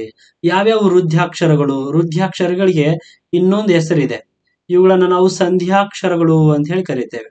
ಏನಂತ ಕರಿತೇವೆ, ಸಂಧ್ಯಾಕ್ಷರಗಳು. ನೀವು ವರ್ಣಮಾಲೆಗಳನ್ನ ಕಲ್ತಾಗ ಅಲ್ಲಿ ಕಲ್ತಿರ್ತೀರಿ ಸಂಧ್ಯಾಕ್ಷರಗಳು. ಯಾವ್ಯಾವ ಸಂಧ್ಯಾಕ್ಷರಗಳು, ಐ ಮತ್ತು ಔ ಸರ್. ಯಾಕೆ ಇವು ಸಂಧ್ಯಾಕ್ಷರಗಳು, ಎರಡು ಸ್ವರಗಳನ್ನ ಸಂಧಿಸಿ ಉಚ್ಚಾರ ಮಾಡ್ತೇವೆ ಸರ್. ಅ ಕೂಡಿಸು ಈ ಅಂದಾಗ ಏನಾಯ್ತು, ಐ. ನೋಡಿ ಐ. ಅ ಕೂಡಿಸು ಉ ಅಂದಾಗ ಏನಾಯ್ತು, ಅವು ನೋಡಿ ಅವು ಆಯ್ತು. ಹಾಗಾಗಿ ಇವುಗಳನ್ನ ಎರಡು ಸ್ವರಗಳನ್ನ ಸಂಧಿಸಿ ಉಚ್ಚಾರಣೆ ಮಾಡೋದ್ರಿಂದ ಸಂಧ್ಯಾಕ್ಷರಗಳು. ಮತ್ತೆ ಇವುಗಳನ್ನ ವೃದ್ಧಿಸಿ ಬರೆಯುವುದರಿಂದ ನೋಡಿ ಈ ರೀತಿಯಾಗಿ ಏನ್ ಮಾಡ್ತೀವಿ, ವೃದ್ಧಿಸಿ ಬರಿತೇವೆ. ಇಲ್ಲಿ ತಲೆ ಮೇಲೆ ನೋಡಿ ವೃದ್ಧಿಸ್ತಾ ಇದ್ದೀನಿ ನಾನು, ವೃದ್ಧಿಸಿ ಬರಿತಾ ಇದ್ದೀನಿ ಈ ರೀತಿಯಾಗಿ. ಹಾಗೂ ಕೂಡ ಇದನ್ನ ವೃದ್ಧಾಕ್ಷರಗಳು ಅಂತ ಹೇಳಿ ಕರಿತೇವೆ. ವೃದ್ಧಿ ಸಂಧಿ ಅಂದ್ರೆ ಏನು ಇಲ್ಲ, ಈ ಅಕ್ಷರಗಳು ಆಗಮಿಸಿದ್ರೆ ಸಂಧಿ ಕಾರ್ಯ ನಡೆದಾಗ ಈ ಅಕ್ಷರಗಳು ಬಂದ್ರೆ ಇದನ್ನ ವೃದ್ಧಿ ಸಂಧಿ ಅಂತ ಹೇಳಿ ಕರಿತೇವೆ. ಸರ್ ಬಿಡಿಸಿ ಬರೀರಿ, ನಮ್ಗೆ ಪದಗಳ ಮೂಲಕ ಅರ್ಥೈಸಿ ಉದಾಹರಣೆಗಳನ್ನ ತೆಗೆದುಕೊಂಡು ಬನ್ನಿ. ಏಕೈಕ ಎನ್ನುವ ಒಂದು ಪದ ಇದೆ, ಬಿಡಿಸಿ ಬರೆದಾಗ ನಮ್ಗೆ ಏನಾಯ್ತು ನೋಡಿ, ಇಲ್ಲಿ ಏಕ ಕೂಡಿಸು ಏಕ ಏಕ. ಲೋಕೈಕ ಪದವನ್ನ ಬಿಡಿಸಿ ಬರೆದಾಗ ಲೋಕ ಕೂಡಿಸು ಏಕ. ಅಷ್ಟ ಐಶ್ವರ್ಯ ಪದವನ್ನ ಬಿಡಿಸಿ ಬರೆದಾಗ ಅಷ್ಟ ಕೂಡಿಸು ಐಶ್ವರ್ಯ. ಅಷ್ಟ ಕೂಡಿಸು ಐಶ್ವರ್ಯ. ಅದಾದ ನಂತರ ಸರ್ ಇನ್ನೊಂದಿದೆಯಲ್ಲ, ವನೌಷಧಿ. ವನ ಕೂಡಿಸು ಔಷಧಿ, ವನೌಷಧಿ. ಸರ್ ಹಾಗಾದ್ರೆ ಇಲ್ಲಿ ಕೊಟ್ಟಿರುವ ಉದಾಹರಣೆಗಳನ್ನು ಇಟ್ಕೊಂಡು ನಾವೇ ಒಂದು ಡೆಫಿನೇಷನ್ ಅನ್ನ ಹೇಳ್ಬೋದು ಇದಕ್ಕೆ. ವೆರಿ ಗುಡ್, ಹೇಳ್ಬೋದು. ಯಾವ ರೀತಿಯಾಗಿ ಹೇಳ್ಬೋದು, ಪೂರ್ವ ಪದದ ಕೊನೆಯಲ್ಲಿ ಏನಿದೆ, ಒಂದು ಸ್ವರ ಇದೆ ಸರ್. ಯಾವುದು, ಅ ಇದೆ ಸರ್. ಅ ಇದೆ. ಹಾಗಾದ್ರೆ ಉತ್ತರ ಪದದ ಆರಂಭದಲ್ಲಿ ಏನಿದೆ, ಎ ಕಾರ ಇದೆ ಸರ್. ಎ ಸಂಧಿ ಕಾರ್ಯ ನಡೆದಾಗ ಏನಾಗಿದೆ ಸರ್, ಎ ಅನ್ನೋದು ಬಂದಿದೆ. ಎ ಬಂದಿದೆ. ಇಲ್ಲಿ ಐ ಅನ್ನೋದು ಬಂದಿದೆ. ಸಾರಿ, ಇಲ್ಲಿ ಐ ಅನ್ನೋದು ಲೋಕ ಐಕ. ಯಾಕೆ ಐ ಅನ್ನೋದು ನೋಡಿ, ಕೈ ಅನ್ನುವ ಅಕ್ಷರವನ್ನ ಬಿಡಿಸಿ ಬರೆದಾಗ ಕ ವ್ಯಂಜನ ಕೂಡಿಸು ಐ ಆಗ್ತದೆ, ಕೈ ಆಗ್ತದೆ. ಅಂದ್ರೆ ಯಾವುದು ಬಂದಿದೆ, ಐ ಅನ್ನೋದು ಬಂದಿದೆ. ಯಾಕೆ ಐ ಬರ್ಬೇಕು ಅಂದ್ರೆ ವೃದ್ಧಾಕ್ಷರಗಳು ಬರಬೇಕು ಸಂಧಿ ಕಾರ್ಯ ನಡೆದಾಗ. ಆದ್ರಿಂದ ಅದನ್ನ ನಾವು ವೃದ್ಧಿ ಸಂಧಿ ಅನ್ಲಿಕ್ಕೆ ಸಾಧ್ಯವಾಗ್ತದೆ. ಸರ್ ಉದಾಹರಣೆ ಮೂಲಕ ಹೇಳಿ ನೋಡಿ. ಎ ಕಾರ ಇದ್ದಾಗ ಐ ಬಂದಿದೆ, ಅದೇ ರೀತಿ ಐ ಕಾರ ಇದ್ದಾಗ ಐ ಬಂದಿದೆ. ಹಾಗಾದ್ರೆ ಏನ್ ಹೇಳ್ತದೆ ಇಲ್ಲಿ, ಉತ್ತರ ಪದದ ಆರಂಭದಲ್ಲಿ ಎ ಅಥವಾ ಐ ಇದ್ರೆ ಸಂಧಿ ಕಾರ್ಯ ನಡೆದಾಗ ಏನ್ ಬರ್ಬೇಕು, ಐ ಬರ್ಬೇಕು. ಉತ್ತರ ಪದದ ಆರಂಭದಲ್ಲಿ ಔಕಾರ ಇದೆ, ಅವು ಇದ್ದಾಗ ಸಂಧಿ ಕಾರ್ಯ ನಡೆದಾಗ ಏನ್ ಬರ್ಬೇಕು, ಅವು ಬರ್ಬೇಕು. ಅಂದ್ರೆ ಇಲ್ಲಿಯೂ ಕೂಡ ಓ ಅಥವಾ ಅವು ಬರ್ಬೇಕು. ಸಂಧಿ ಕಾರ್ಯ ನಡೆದಾಗ ಅವು ಅನ್ನೋದು ಆಗಮಿಸಬೇಕು. ಉದಾಹರಣೆ ಮೂಲಕ ಹೇಳಿ. ವನ ಕೂಡಿಸು ಔಷಧಿ. ಇಲ್ಲಿ ಎಲ್ಲಾ ಕಡೆನೂ ಸ್ವರ ಇದೆ, ಅ. ಸಂಧಿ ಕಾರ್ಯ ನಡೆದಾಗ ಇಲ್ಲಿ ಉತ್ತರ ಪದದ ಆರಂಭದಲ್ಲಿ ಎ ಅಥವಾ ಐ ಇದ್ದಾಗ ಐಕಾರ ಬಂದಿದೆ. ಇಲ್ಲಿ ಔಕಾರ ಇದ್ದಾಗ ಔಕಾರ ಬಂದಿದೆ. ಬನ್ನಿ ತಡ ಮಾಡೋದು ಬೇಡ, ಡೆಫಿನೇಷನ್ ಏನ್ ಹೇಳ್ತದೆ ನೋಡ್ತಾ ಬರೋಣ ಅಂತ. ಆ ಕಾರಗಳಿಗೆ ಎ ಐ ಕಾರಗಳು ಪರವಾದಾಗ ಅಂದ್ರೆ ಪೂರ್ವ ಪದದ ಕೊನೆಯಲ್ಲಿ ಏನಿರಬೇಕು, ಅ ಅಥವಾ ಆ ಎನ್ನುವ ಸ್ವರ ಇರಬೇಕು. ಇನ್ನು ಉತ್ತರ ಪದದಲ್ಲಿ ಏನಿರಬೇಕು, ಎ ಅಥವಾ ಐ ಕಾರಗಳು ಎದುರಾಗಬೇಕು. ಎ ಅಥವಾ ಐ ಕಾರಗಳು ಎದುರಾಗಬೇಕು. ಅವೆರಡರ ಸ್ಥಾನದಲ್ಲಿ ಅಂದ್ರೆ ಸಂಧಿ ಕಾರ್ಯ ನಡೆದಾಗ ಏನ್ ಬರಬೇಕು, ಐಕಾರ ಬರಬೇಕು. ನೋಡಿ ಇಲ್ಲಿ ಲೋಕೈಕ ವೀರ. ಬಿಡಿಸಿ ಬರೆಯುವುದು ಹೇಗೆ ಇದನ್ನ, ಲೋಕ ಕೂಡಿಸು ಏಕವೀರ, ಲೋಕೈಕ ವೀರ. ಜನೈಕ್ಯ ಬಿಡಿಸಿ ಬರೆದಾಗ ಜನ ಕೂಡಿಸು ಐಕ್ಯ ಜನೈಕ್ಯ. ವಿದ್ಯೈಶ್ವರ್ಯ ವಿದ್ಯ ಅಥವಾ ವಿದ್ಯ ಆಗಬೇಕು. ವಿದ್ಯ ಕೂಡಿಸು ಐಶ್ವರ್ಯ ಐಶ್ವರ್ಯ ಏನಾಯ್ತು? ವಿದ್ಯ ಐಶ್ವರ್ಯ ಆಯ್ತು. ಇನ್ನು ಮಹೌನ್ನತ್ಯ ಮಹಾ ಕೂಡಿಸು ಔನ್ನತ್ಯ ಔನ್ನತ್ಯ ಏನಾಯ್ತು? ಮಹೌನ್ನತ್ಯ ಹೋಗಿ ಔನ್ನತ್ಯ ಆಯ್ತು. ಅದೇ ರೀತಿಯಾಗಿ ಜಲೌಘ ಜಲ ಕೂಡಿಸು ಓಘ ಓಘ ಎನ್ನುವ ಪದಕ್ಕೆ ಅರ್ಥ ಇರ್ತದೆ ಆಯ್ತಾ. ಘನೌದಾರ್ಯ ಘನ ಕೂಡಿಸು ಔದಾರ್ಯ ಘನೌದಾರ್ಯ. ಇಲ್ಲಿ ನೋಡ್ತಾ ಬನ್ನಿ ಈಗ ಸೂತ್ರಕ್ಕೆ ಅವ್ರು ಹೇಳೋ ಪ್ರಕಾರ ಅಕಾರಗಳ ಮುಂದೆ ಏನಾದ್ರೂ ಆಗ್ಬೇಕು, ಎ ಅಥವಾ ಐ ಕಾರಗಳು ಎದುರಾದಾಗ ಅವೆರಡರ ಸ್ಥಾನದಲ್ಲಿ ಏನ್ ಬರ್ತದೆ ಅಂತ ಹೇಳಿದ್ದಾರೆ? ಐ ಕಾರ ಬರ್ತಿದೆ, ಬಂದಿದೆಯಾ ನೋಡಿ ಇಲ್ಲಿ. ಲೋಕ ಅ ಅಥವಾ ಆ ಎನ್ನುವುದು ಎದುರಾಗಿದೆ. ಎಲ್ಲಿ ಎದುರಾಗಿದೆ? ಪೂರ್ವ ಪದದ ಕೊನೆಯಲ್ಲಿ. ಇಲ್ಲೇನ್ ಬಂದಿದೆ? ಅಕಾರ ಇದೆ, ಅ ಇದೆ, ಜನ ಅ, ವಿದ್ಯೆ ಅ ಇದೆ, ಮಹಾ ಆ ಇದೆ. ಅಂದ್ರೆ ಪೂರ್ವ ಪದದ ಕೊನೆಯಲ್ಲಿ ಅ ಅಥವಾ ಆ ಕಾರಗಳಿರ್ಬೇಕು. ಉತ್ತರ ಪದದ ಆರಂಭದಲ್ಲಿ ಏನಿರ್ಬೇಕು ಅಂತ ಹೇಳಿದ್ದಾರೆ? ಎ ಎನ್ನುವ ಸ್ವರ ಅಥವಾ ಐ ಎನ್ನುವ ಸ್ವರ ಇರಬೇಕು. ಇದೆಯಾ? A I. ಸಂಧಿ ಕಾರ್ಯ ನಡೆದಾಗ ಅವುಗಳ ಸ್ಥಾನದಲ್ಲಿ ಏನ್ ಬರ್ಬೇಕು? ಐ ಬರ್ಬೇಕು, ವೃದ್ಧಾಕ್ಷರ ಬರ್ಬೇಕು. ಲೋಕೈ ಆಗಿದೆ ನೋಡಿ, ಲೋಕ ಹೋಗಿ ಲೋಕೈ, ಜನ ಹೋಗಿ ಜನೈ ಆಗಿದೆ, ಜನೈಕ್ಯ ಲೋಕೈಕ ವೀರ. ವಿದ್ಯ ಹೋಗಿ ಏನಾಗಿದೆ? ವಿದ್ಯೈ ಆಗಿದೆ, ವಿದ್ಯೈಶ್ವರ್ಯವಾಗಿದೆ. ಹಾಗೆಯೇ ಮುಂದುವರೆದು ನೋಡಿ, ಔಕಾರಗಳು ಪರವಾದ್ರೆ ಯಾವುದಕ್ಕೆ? ಅ ಅಥವಾ ಆಕಾರಗಳಿಗೆ ಏನ್ ಬರ್ಬೇಕು? ಓ ಅಥವಾ ಔಕಾರಗಳು ಪರವಾದ್ರೆ ಅವೆರಡರ ಸ್ಥಾನದಲ್ಲಿ ಅಂದ್ರೆ ಸಂಧಿ ಕಾರ್ಯ ನಡೆದಾಗ ಔ ಎನ್ನುವುದು ಆಗಮಿಸಬೇಕು. ಬಂದಿದೆಯಾ ಇಲ್ಲಿ? ಮಹಾ ಆಕಾರ ಇದೆ, ಔ ಇದೆ, ಮಹಾ ಕೂಡಿಸು ಔನ್ನತ್ಯ ಏನಾಯ್ತು ಇಲ್ಲಿ? ಔನ್ನತ್ಯ ಮಹೌನ್ನತ್ಯ. ಜಲೌಘ ಔಘ ಘನೌದಾರ್ಯ ಅಂದ್ರೆ ಔ ಎನ್ನುವುದು ಆಗಮಿಸಿದೆ. ಎಲ್ಲಿ? ಸಂಧಿ ಕಾರ್ಯ ನಡೆದಾಗ ಪೂರ್ವ ಪದದ ಕೊನೆಯಲ್ಲಿ ಅ ಇರ್ತದೆ ಸರ್ ಅಥವಾ ಆ ಇರ್ತದೆ ಸರ್. ಸಂಧಿ ಕಾರ್ಯ ನಡೆದಾಗ ಎ ಅಥವಾ ಐ ಇದ್ರೆ ಐಕಾರ ಅಥವಾ ಓ ನಂತರ ಔ ಯಾವ್ದಾದ್ರು ಒಂದಿದ್ರೆ ಸಂಧಿ ಕಾರ್ಯ ನಡೆದಾಗ ಔಕಾರ ಆಗಮಿಸ್ತದೆ. ಆದ್ರಿಂದ ಇದನ್ನ ನಾವು ವೃದ್ಧಿ ಸಂಧಿ ಅಂತ ಹೇಳಿ ಕರಿತೇವೆ. ವೃದ್ಧಿ ಸಂಧಿ ಅಂದ್ರೆ ಏನಪ್ಪಾ ಹಾಗಾದ್ರೆ? ಪೂರ್ವ ಪದದ ಕೊನೆಯಲ್ಲಿ ಅ ಅಥವಾ ಆ ಎನ್ನುವ ಸ್ವರ ಇರ್ತದೆ. ಯಾವಾಗ? ಗುಣಸಂಧಿಯಲ್ಲಿ ಇದ್ದ ಹಾಗೆ ಇಲ್ಲಿಯೂ ಕೂಡ ಹಂಗೆ ವೃದ್ಧಿ ಸಂಧಿಯಲ್ಲಿ ಪೂರ್ವ ಪದದ ಕೊನೆಯಲ್ಲಿ ಅ ಅಥವಾ ಆ ಎನ್ನುವ ಸ್ವರವಿದ್ದು ಸಂಧಿ ಕಾರ್ಯ ನಡೆಯುವಾಗ ಅಥವಾ ಉತ್ತರ ಪದದಲ್ಲಿ ಏನಿರ್ತದೆ? ಎ ಅಥವಾ ಐ ಸ್ವರಗಳು ಬಂದ್ರೆ ಸಂಧಿ ಕಾರ್ಯ ನಡೆದಾಗ ಅವೆರಡರ ಜಾಗದಲ್ಲಿ ಐ.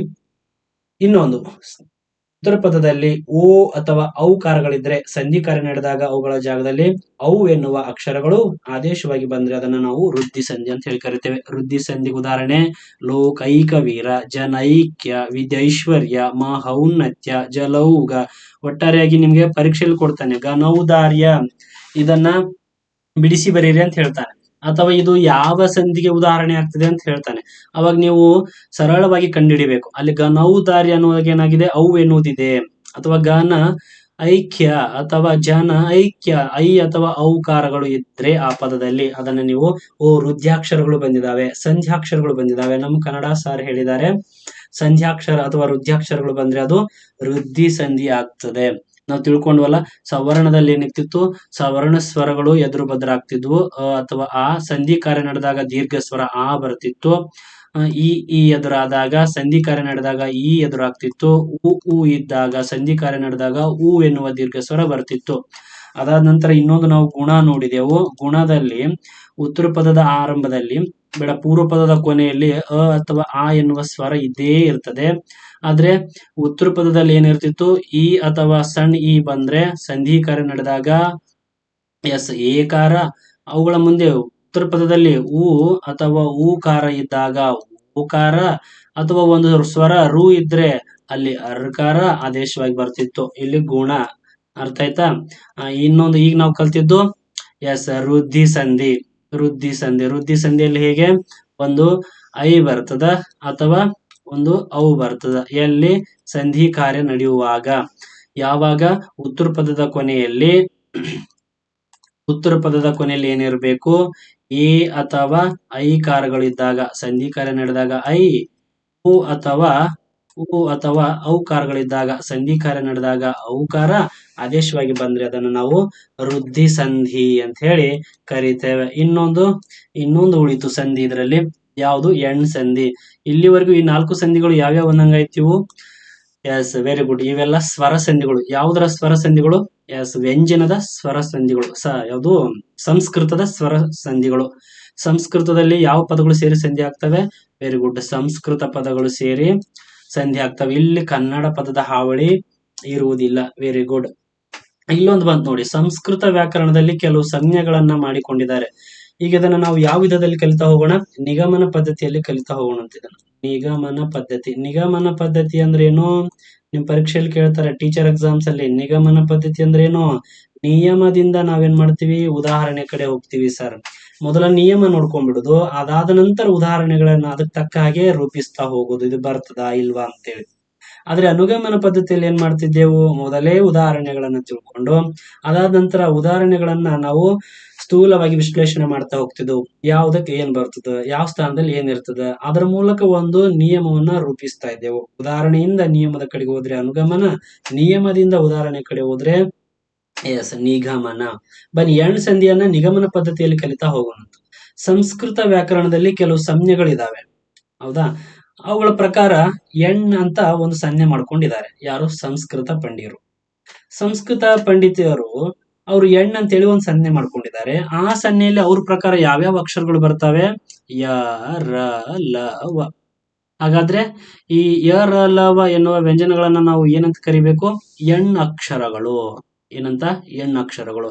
ಈಗ ಸಂಧಿ ಕಾರ್ಯ ನಡಿಬೇಕಾದಾಗ ಈ ಎಣ್ ಅಕ್ಷರಗಳು ಏನಾದ್ರೂ ಆಗಮವಾದ್ರೆ ಅಥವಾ ಈ ಎಣ್ ಅಕ್ಷರಗಳು ಬಂದ್ರೆ, ಯಾವ್ಯಾವವು ಎಣ್ಣಕ್ಷರಗಳು? ಒಂದು ಯಕಾರ, ಇನ್ನೊಂದು ರಕಾರ, ಇನ್ನೊಂದು ಲಕಾರ, ಇನ್ನೊಂದು ವಕಾರ. ಇವುಗಳು ಆಗಮವಾದ್ರೆ ಇದನ್ನ ನಾವು ಯಾವ ಸಂಧಿ ಅಂತ ಹೇಳಿ ಕರಿತೀವಪ್ಪ? ವೆರಿ ಗುಡ್, ಎಣ್ ಸಂಧಿ. ಯಾಕಂದ್ರೆ ಎಣ್ ಅಕ್ಷರಗಳು ಆಗಮಿಸಿದ್ರೆ ಅದನ್ನ ನಾವು ಎಣ್ ಸಂಧಿ ಅಂತ ಹೇಳಿ ಕರಿತೇವೆ.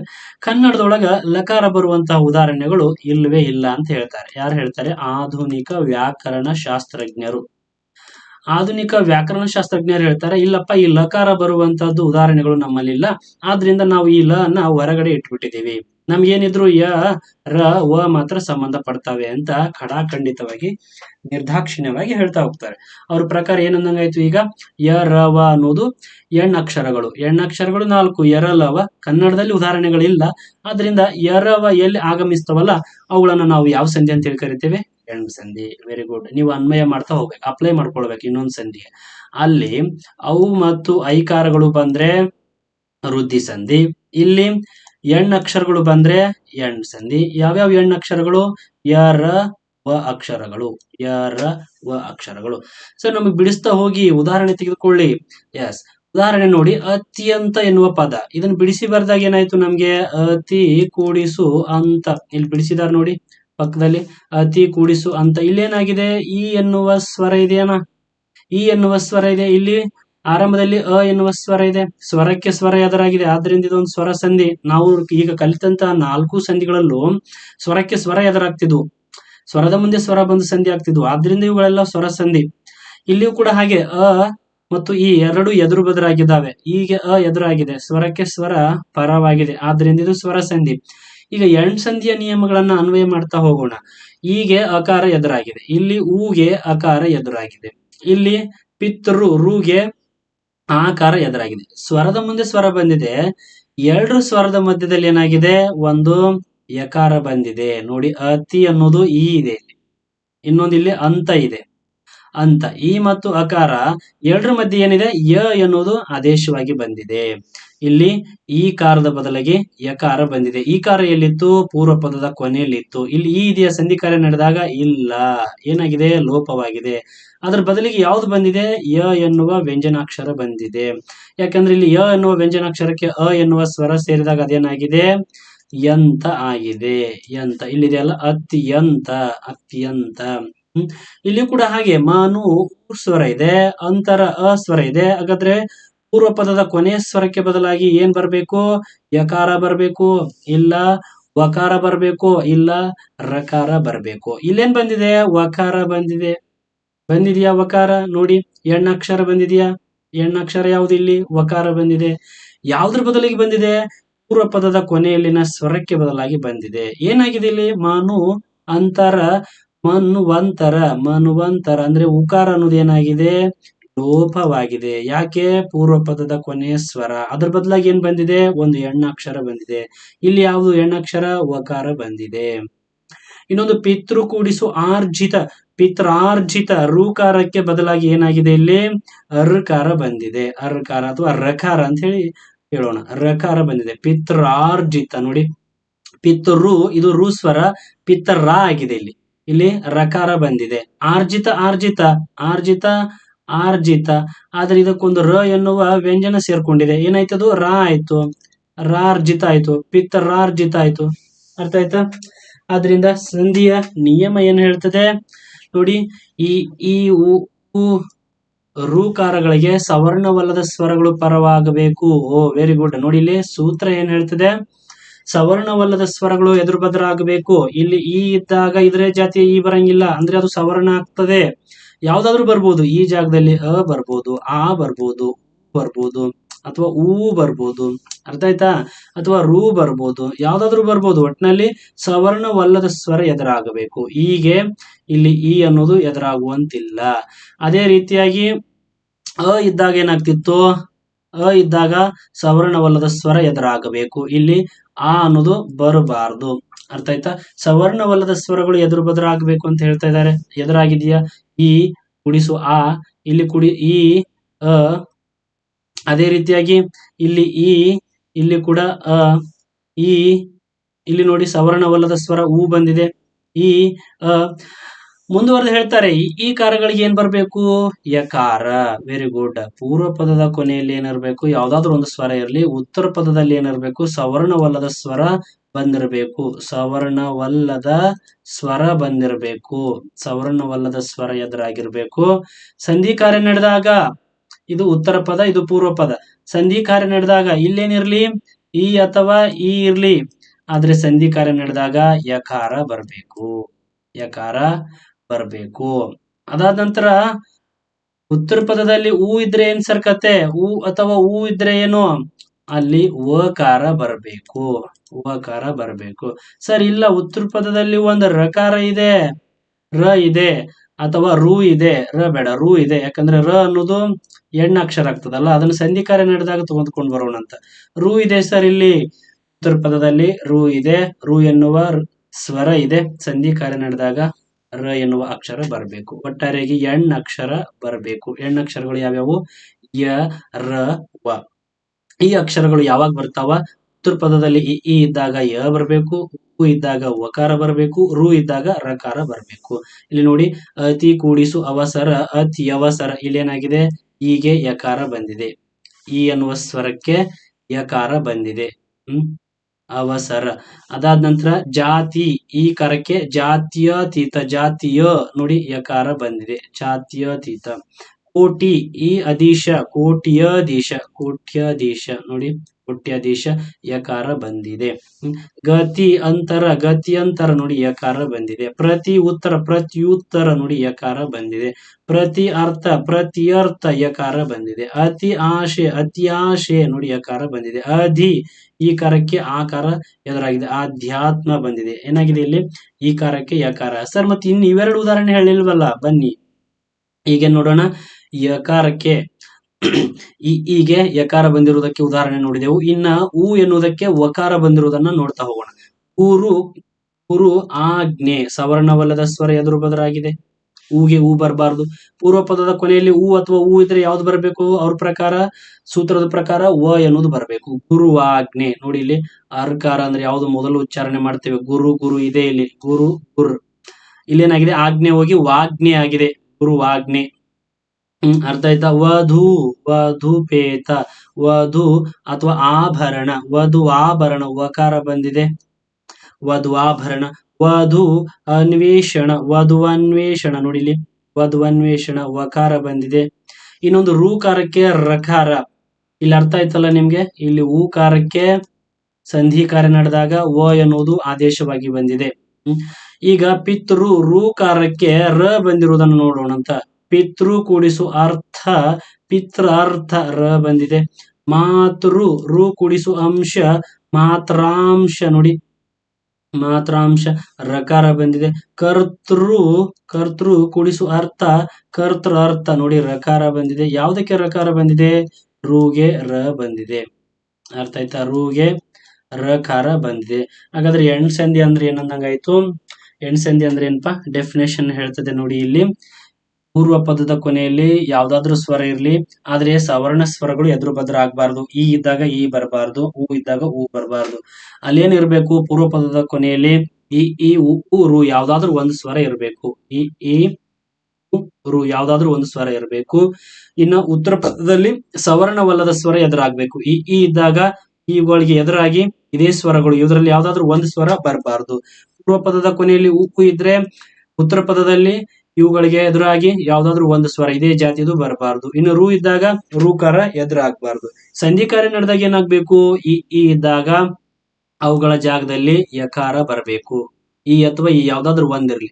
ಒಂದ್ ವೇಳೆ ಪೂರ್ವ ಪದದ ಕೊನೆಯಲ್ಲಿ ಹೂ ಇತ್ತು ಸರ್, ಅಥವಾ ದೊಡ್ಡ ಹೂ ಇತ್ತು ಸರ್, ಅವಾಗ ಏನು ಬರ್ಬೇಕು? ವಕಾರ ಬರಬೇಕು. ವಕಾರ ಬರಬೇಕು ಸರ್. ಇಲ್ಲ ರು ಇತ್ತು ಸರ್, ಸಂಧಿ ಕಾರ್ಯ ನಡೆದಾಗ ರ ಎನ್ನುವುದು ಆದೇಶವಾಗಿ ಬರಬೇಕು. ಅರ್ಥ ಆಯ್ತಾ? ಇದನ್ನ ನಾವೇನಂತ ಕರಿತೀವಿ? ಎಣ್ ಸಂಧಿ. ಎಣ್ ಸಂಧಿ ಅಂದ್ರೆ ಏನಪ್ಪಾ? ಎಣ್ ಅಕ್ಷರಗಳು ಆಗಮಿಸುವುದೇ ಎಣ್ ಸಂಧಿ. ಎಣ್ ಅಕ್ಷರಗಳು ಅಂದ್ರೆ ಯಾವುದು? ನೀವು ಸಂಧಿ ಕಾರ್ಯ ಮಾಡ್ಬೇಕಾದ್ರೆ ಅಥವಾ ಬಿಡಿಸಿ ಬರಿಬೇಕಾದ್ರೆ ನೋಡಿಬಿಡಿ, ನೀವು ಪರೀಕ್ಷೆಯಲ್ಲಿ ಕೊಡ್ತಾನೆ ಇವುಗಳಲ್ಲಿ ಯಾವ್ದು ಎಣ್ ಸಂಧಿಗೆ ಉದಾಹರಣೆ, ಅಥವಾ ಈ ಪದ ಯಾವ ಸಂಧಿಗೆ ಉದಾಹರಣೆ ಅಂದಾಗ ಅತ್ಯವಸರ ಅಂತಿದೆ ನೋಡಿ. ಅತ್ಯವಸರ ನೀವು ನೋಡ್ಬೇಕಿಲ್ಲಿ ಸರ್, ಅತ್ಯವಸರ ಯಕಾರ ಬಂದಿದೆ, ಆದ್ರಿಂದ ಇದೇನ್ ಸರ್? ಎಣ್ ಸಂಧಿ. ಎಣ್ ಸಂಧಿ ಸರ್. ಇಲ್ಲಿ ಯಕಾರ ಬಂದಿದೆ ಜಾತ್ಯತೀತ, ಆದ್ರಿಂದ ಇದು ಎಣ್ ಸಂಧಿ ಸರ್. ಪ್ರತಿ ಉತ್ತರ ನೋಡಿ ಯಕಾರ ಇದೆ, ಇದು ಎಣ್ ಸಂಧಿ ಸರ್. ಅತ್ಯಾಶೆ ಇದೆ, ಆದ್ರಿಂದ ಯಕಾರ ಬಂದಿದೆ, ಎಣ್ ಸಂಧಿ ಸರ್. ಗುರುವಾಜ್ಞೆ ಇದೆ, ಇದು ಎಣ್ ಸಂಧಿ ಸರ್. ನೀವು ಇಲ್ಲಿ ಇನ್ನೊಂದು ನೋಡಿ, ಕನ್ಫ್ಯೂಸ್ ಮಾಡ್ಕೊಳ್ಬಾರ್ದು. ಈಗ ನಿಮ್ಗೆ ಕೆಲವೊಬ್ಬರಿಗೆ ಪ್ರಶ್ನೆ ಬರ್ತದೆ, ಸರ್ ನೀವೇ ಹೇಳ್ಕೊಟ್ಟಿದ್ದೀರಿ ಗುರು ಕೂಡಿಸು ಅನ್ನು ಗುರುವನ್ನು ನೀವೇ ಕಲಿಸಿದಿರಿ ಹಿಂದಿನ ವಿಡಿಯೋದಲ್ಲಿ, ಹಿಂದಿನ ಅಧ್ಯಾಯದಲ್ಲಿ. ಗುರುವನ್ನು ಈಗ ಇದನ್ನ ಯಾವ ಸಂಧಿ ಅಂತ ಹೇಳಿ ಕರಿತೀರಿ? ವಕಾರ ಆಗಮ ಸಂಧಿ ಅಂತ ಹೇಳಿದಿರಲ್ಲ. ವಕಾರ ಅನ್ನೋದು ಏನಾಗಿದೆ? ಇಲ್ಲಿ ಆಗಮ ಸಂಧಿ ಆಗಿದೆ. ಹಾಗಾದ್ರೆ ಆಗಮ ಸಂಧಿಗೆ ಉದಾಹರಣೆ ಅಂತ ಹೇಳಿ ಗುರುವನ್ನು ಕೊಟ್ಟು ವಕಾರಾಗಮ ಅಥವಾ ಎಣ್ ಸಂಧಿ ಯಾವ್ದು ಕೊಟ್ರೆ ಯಾವ್ದನ್ನ ಹಾಕುದು? ವಕಾರ ಆಗಮ ಸಂಧಿ ಅಂತ ಕೊಟ್ಟಿದ್ದಾನೆ, ಎಣ್ ಸಂಧಿ ಅಂತ ಕೊಟ್ಟಿದ್ದಾನೆ. ಯಾವ್ದನ್ನ ಹಾಕುದು? ಗುರುವನ್ನು ನೋಡಿ, ಇಲ್ಲಿ ಗುರು ಇದೆ, ಇಲ್ಲಿ ಗುರು ಇದೆ, ಇಲ್ಲಿ ಆಜ್ಞೆ ಇದೆ, ಇಲ್ಲಿ ಅನ್ನು ಇದೆ. ಅಂದ್ರೆ ಇಲ್ಲಿ ಉಕಾರಕ್ಕೆ ಏನಾಗಿಲ್ಲ? ಸವರ್ಣವಲ್ಲದ ಸ್ವರ ಬಂದಿದೆ, ಸವರ್ಣ ಸ್ವರ ಎದುರಾಗಿಲ್ಲ. ಇಲ್ಲಿ ಸಂಧಿ ಕಾರ್ಯ ನಡೆದಾಗ ಏನಾಗಿದೆ? ವಕಾರ ಅನ್ನೋದು ಆದೇಶವಾಗಿ ಬಂದಿದೆ. ಇಲ್ಲಿಯೂ ಕೂಡ ವಕಾರ ಆದೇಶವಾಗಿ ಬಂದಿದೆ, ಇಲ್ಲಿಯೂ ಕೂಡ ವಕಾರ. ಇಲ್ಲಿ ಊಕೆ ಆ ಎದುರಾಗಿದೆ, ಇಲ್ಲಿ ಊಕೆ ಅ ಎದುರಾಗಿದೆ. ಅಂದ್ರೆ ನಿಮ್ ಪ್ರಕಾರ ಸವರ್ಣವಲ್ಲದ ಸ್ವರ ಇಲ್ಲಿಯೂ ಕೂಡ ಎದುರಾಗಿದೆ. ಆದ್ರೆ ಇದ್ಯಾಕೆ ಎಣ್ ಸಂಧಿ, ಇದ್ಯಾಕೆ ವಕಾರ ಆಗಮ ಸಂಧಿ ಆಗ್ತದೆ? ಈ ರೀತಿ ಪ್ರಶ್ನೆಯನ್ನ ಕೇಳಬಹುದು, ನೀವು ಕೇಳಬೇಕು ನೀವು. ಯಾಕಂದ್ರೆ ಪ್ರಶ್ನೆಯನ್ನು ಕೇಳಿದಾಗ ನಮ್ಗ ಕ್ಲಾರಿಟಿ ಸಿಗುವಂತದ್ದು. ಸ್ನೇಹಿತರೆ, ಇಷ್ಟೇ. ಆಗಮ ಸಂಧಿ ಅಥವಾ ವಕಾರ ಆಗಮ ಅನ್ನೋದು ಯಾವ್ದ್ರಲ್ಲಿ ಬರ್ತದೆ? ಆಗಮ ಸಂಧಿ ಅನ್ನೋದು ಕನ್ನಡ ಸಂಧಿ. ಇಲ್ಲಿ ಎಣ್ ಸಂಧಿ ಅನ್ನೋದು ಯಾವ ಸಂಧಿ? ಎಣ್ ಅನ್ನೋದು ಸಂಸ್ಕೃತ ಸಂಧಿ. ಸಂಧಿ ನಿಯಮ ಏನ್ ಹೇಳ್ತದೆ ಸಂಸ್ಕೃತದ್ದು ನೋಡಿ. ಗುರು ಅನ್ನೋದು ಸಂಸ್ಕೃತ ಪದ, ಸಂಸ್ಕೃತ ಕೂಡಿಸು ಸಂಸ್ಕೃತ. ಆಜ್ಞೆ ಅನ್ನೋದು ಸಂಸ್ಕೃತ ಪದ, ಆಜ್ಞೆ ನೋಡಿ. ಅಲ್ಲಿ ಏನಾಗಿದೆ? ಜಿಗೆ ಯಕಾರ ಬಂದಿದೆ, ಅಂದ್ರೆ ಯಾವ ಸಂಯುಕ್ತಾಕ್ಷರ ಆಗಿದೆ? ಅಲ್ಲಿ ವಿಜಾತಿ ಸಂಯುಕ್ತಾಕ್ಷರ ಆಗಿದೆ. ಇಲ್ಲಿ ಅನ್ನು ಎನ್ನುವುದು ಸಜಾತಿ ಸಂಯುಕ್ತಾಕ್ಷರ. ಅಂದ್ರೆ ಇಲ್ಲೇನಾಗಿದೆ? ಒಂದು ಸಂಸ್ಕೃತ ಪದ, ಅನ್ನು ಎನ್ನುವುದು ಕನ್ನಡ ಪದ. ಯಾಕಂದ್ರೆ ಈ ತರ ಪ್ರತ್ಯಯಗಳು ಅಣ್ಣ, ಅನ್ನು, ಕನ್ನಡ ಪದಗಳು ಏನಾಗಿರ್ತವೆ? ಆಲ್ಮೋಸ್ಟ್ ಅನ್ನು ಎನ್ನುವಂತಹ ಪ್ರತ್ಯಯಗಳನ್ನ ಅಥವಾ ಸಂಬಂಧ ಸೂಚಕ ಅಣ್ಣ, ಅಪ್ಪ, ಅಮ್ಮ, ಅಥವಾ ಸಾಕು ಪ್ರಾಣಿಗಳು ಕರು, ದನ, ಈ ರೀತಿಯಾಗಿ. ಅರ್ಥ ಆಯ್ತಲ್ಲ? ಇಲ್ಲಿ ಅನ್ನು ಎನ್ನುವುದು ನಮಗೆ ಗೊತ್ತಾಗುವುದು ಕನ್ನಡ ಪದ. ಒಂದು ಕನ್ನಡ ಪದ, ಒಂದು ಸಂಸ್ಕೃತ ಪದ ಸೇರಿ ಸಂಧಿ ಆದ್ರೆ ಅದನ್ನು ನಾವು ಕನ್ನಡ ಸಂಧಿ ಅಂತ ಹೇಳಿ ಕರಿತೇವೆ. ಎರಡು ಸಂಸ್ಕೃತ ಪದಗಳು ಸೇರಿ ಸಂಧಿ ಆದ್ರೆ ಅದನ್ನು ನಾವು ಸಂಸ್ಕೃತ ಸಂಧಿ ಅಂತ ಹೇಳಿ ಕರಿತೇವೆ. ಈಗ ನೀವೇ ಯೋಚನೆ ಮಾಡಿ, ಒಂದು ಸಂಸ್ಕೃತ ಒಂದು ಕನ್ನಡ ಪದ ಸೇರಿ ನಾವು ಸಂಧಿ ಮಾಡಿದೆವು, ಅದನ್ನ ಗುರುವಾಜ್ಞೆ ಎಣ್ ಸಂಧಿ ಅಂದ್ರೆ ಒಪ್ತದ ನಿಯಮ? ಇಲ್ಲ, ಒಪ್ಪುವುದಿಲ್ಲ. ಯಾಕೆ ಒಪ್ಪುವುದಿಲ್ಲ ಅಂದ್ರೆ ಸಂಸ್ಕೃತ ಸಂಧಿಯಲ್ಲಿ ಎರಡೂ ಪದಗಳು ಸಂಸ್ಕೃತವಾಗಿರ್ಬೇಕು. ಆದ್ರೆ ಕನ್ನಡ ಸಂಧಿಯಲ್ಲಿ ಏನಾಗಿರ್ಬೇಕು? ಒಂದು ಕನ್ನಡ ಪದ ಒಂದು ಸಂಸ್ಕೃತ ಪದ ಅಥವಾ ಎರಡೂ ಕನ್ನಡ ಪದಗಳಾಗಿದ್ರು ನಡೀತದ. ಒಂದು ಕನ್ನಡ ಪದ ಸೇರ್ಕೊಂಡ್ರೆ ಅದನ್ನ ನಾವೇನ್ ಮಾಡಕ್ ಬರಂಗಿಲ್ಲ, ಸಂಸ್ಕೃತ ಸಂಧಿ ಅಂತ ಹೇಳಿ ಮಾಡಕ್ ಬರಂಗಿಲ್ಲ. ಸಂಸ್ಕೃತ ಸಂಧಿ ಅಂದ್ಮೇಲೆ ಅಲ್ಲ ಅಂದ್ಮೇಲೆ ಕನ್ನಡ ಸಂಧಿಗೆ ಯಾವ್ದ್ರಲ್ಲಿ ಉದಾಹರಣೆ ಆಗ್ತದೆ? ಇದು ಅಕಾರಕ್ಕೆ ವಕಾರ ಬಂದಿದೆ, ಗುರುವನ್ನು ಏನಾಯ್ತು, ವಕಾರ ಆಗಮ ಆಯ್ತು. ಆದ್ರಿಂದ ಇದು ಆಗಮ ಸಂಧಿ. ಪರೀಕ್ಷೆಯಲ್ಲಿ ಕೇಳಿದಾನೆ ನಿಮ್ಮ TT ಎಕ್ಸಾಮ್ ಅಲ್ಲಿ, ಗುರುವಾಜ್ಞೆ ಎನ್ನುವುದು ಯಾವ ಸಂಧಿಗೆ ಉದಾಹರಣೆ? ಎಲ್ಲರೂ ಏನ್ ಮಾಡಿದಿರಿ, ವಕಾರ ಆಗಮವಾಗಿದೆ, ವಕಾರ ಆಗಮ ಸಂಧಿ ಅಂತ ಹಾಕಿದ್ದಾರೆ. ಇಲ್ಲ, ಗುರು ಕೂಡಿಸು ಆಜ್ಞೆ ಅಂತ ಬಂದಾಗ ಎರಡೂ ಸಂಸ್ಕೃತ ಪದಗಳಾಗಿದ್ದಾವೆ. ಅದಕ್ಕೆ ನಾ ಹೇಳ್ತಾ ಇರೋದು ಸಂಸ್ಕೃತ ಪದ ಕನ್ನಡ ಪದಗಳನ್ನ ನೀವು ಕಲಿಬೇಕು ಅಂತ. ಸಂಸ್ಕೃತ ಪದ ಮತ್ತು ಕನ್ನಡ ಪದಗಳು ಸಂಧಿ ಆದ್ರೆ ಅದನ್ನ ಕನ್ನಡ ಸಂಧಿನೇ ನಾವು ಕೆಟಗರಿಗೆ ತರಬೇಕು. ಅದರಲ್ಲಿ ಯಾವ್ದಾಗ್ತದೆ, ಒಂದು ಆಗಮ ಆಗಬೇಕು, ಇಲ್ಲ ಲೋಪ ಆಗಬೇಕು, ಇಲ್ಲ ಆದೇಶ ಆಗಬೇಕು. ಇಲ್ಲಿ ಕತಪಗಳಿಗೆ ಗದಪಗಳು ಬಂದಿಲ್ಲ, ಪಬಮಗಳಿಗೆ ವಕಾರ ಬಂದಿಲ್ಲ, ಸಕಾರಕ್ಕೆ ಚ ಜ ಬಂದಿಲ್ಲ, ಆದ್ರಿಂದ ಆದೇಶ ಅಲ್ಲ. ಇನ್ನೊಂದು ಯಾವ ಸಂಧಿ? ಲೋಪ ಇಲ್ಲಿ ಯಾವುದು ಇಲ್ಲ. ಗುರು ಹೂ ಇದೆ, ಅನ್ನು ಇದೆ, ಹಾಗಾದ್ರೆ ಎರಡು ಪದಗಳು ಇಲ್ಲೇ ಇದಾವೆ. ಗುರು ಹೂ ಇದೆ, ಇಲ್ಲಿ ಅನ್ನು ಇದೆ, ಎರಡೂ ಇದಾವೆ, ಆದ್ರಿಂದ ಯಾವ್ದು ಲೋಪ ಆಗ್ಲಿಲ್ಲ, ಸಂಧಿ ಅಲ್ಲ. ಇನ್ನು ಆಗಮ ಯಾವ್ದಾದ್ರು ಆಗಿದೆಯಾ? ವೆರಿ ಗುಡ್, ಒಂದು ಓ ಎನ್ನುವ ಕಾರ ಆಗಮವಾಗಿದೆ. ಆದ್ರಿಂದ ಆಗಮ ಸಂಧಿಯಲ್ಲಿ ಯಾವ್ದನ್ನ ಸೇರಿಸ್ತೀರಿ ನೀವು? ಯಾವ ಕೆಟಗರಿಗೆ? ಓಕಾರ ಆಗಮವಾಗಿರುವುದರಿಂದ ಇದನ್ನ ವಕಾರಾಗಮ ಸಂಧಿ ಅಂತ ಹೇಳಿ ಕರಿತೇವೆ. ಇಷ್ಟೇ ವ್ಯತ್ಯಾಸ. ಅರ್ಥ ಆಯ್ತಲ್ಲ ಸ್ನೇಹಿತರೆ? ನಾವು ಇಂದಿನ ತರಗತಿಯಲ್ಲಿ ಏನೆಲ್ಲ ತಿಳ್ಕೊಂಡಂಗಾಯ್ತು? ಹಾಗಾದ್ರೆ ಸಂಪೂರ್ಣವಾಗಿ ಕನ್ನಡ ಸಂಧಿಗಳನ್ನ ನಾವು ಅಭ್ಯಾಸ ಮಾಡಿದೆವು. ಕನ್ನಡ ಸಂಧಿಗಳಲ್ಲಿ ಇಂದಿನ ತರಗತಿಯಲ್ಲಿ ಯಾವ್ಯಾವ ಸಂಧಿಗಳನ್ನ ಕಲ್ತೆವು? ಈ ಅಧ್ಯಾಯದಲ್ಲಿ ನಾವು ಒಂದು ಲೋಪ ಸಂಧಿ, ಆಗಮ ಸಂಧಿ, ಆದೇಶ ಸಂಧಿ. ಈಗಿನ ವಿಡಿಯೋದಲ್ಲಿ ಅದರ ಮುಂದುವರಿದ ಭಾಗವಾದ ಸಂಸ್ಕೃತ ಸಂಧಿಗಳನ್ನ ಕಲ್ತೆವು. ಸಂಸ್ಕೃತ ಸಂಧಿಗಳಲ್ಲಿ ನಾವು ಯಾವುದನ್ನ ಕಲ್ತಿದ್ದೇವೆ? ಈಗ ಸವರ್ಣ, ಗುಣ ಹಾಗೂ ವೃದ್ಧಿ ಸಂಧಿಯನ್ನ ಕಲ್ತಿದ್ದೇವೆ. ಇನ್ನು ಮುಂದಿನ ತರಗತಿಯಲ್ಲಿ ನಾವೇನ್ ನೋಡೋಣ? ಜಸ್ತ್ವ ಸಂಧಿಯನ್ನ ಕಲಿತಾ ಹೋಗೋಣ. ಜಸ್ತ್ವ, ಶುತ್ವ, ಅನುನಾಸಿಕ ಸಂಧಿಯನ್ನ ಕಲಿತಾ ಹೋಗೋಣ. ಯಾರು ಈಗ ಮೊದಲನೇದಾಗಿ ನಮ್ಮ ಚಾನೆಲ್ಗೆ ಭೇಟಿ ಕೊಡ್ತಾ ಇದ್ದೀರಲ್ಲ, ಅವರು ಚಾನೆಲ್ನ ಸಬ್ಸ್ಕ್ರೈಬ್ ಮಾಡ್ಕೊಳ್ರಿ. ಹಾಗೂ ನಿಮ್ಗೆ ಈ ತರಗತಿ ಇಷ್ಟ ಆದ್ರೆ ಇದನ್ನ ನೀವು ಶೇರ್ ಮಾಡ್ರಿ. ಧನ್ಯವಾದಗಳು. ಮತ್ತೆ ಮುಂದಿನ ವಿಡಿಯೋದಲ್ಲಿ ಭೇಟಿ ಆಗೋಣ.